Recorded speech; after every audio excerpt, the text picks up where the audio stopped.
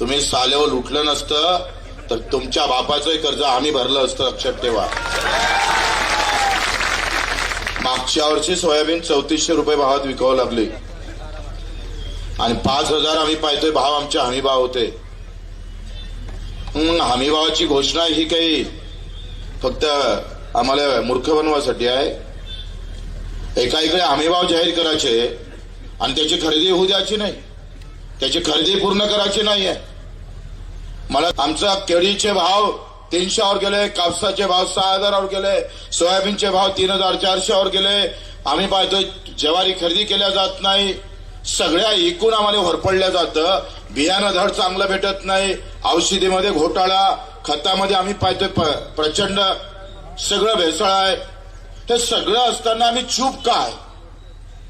मला पडलेला प्रश्न आहे का आम्हाला राग का येत नाही?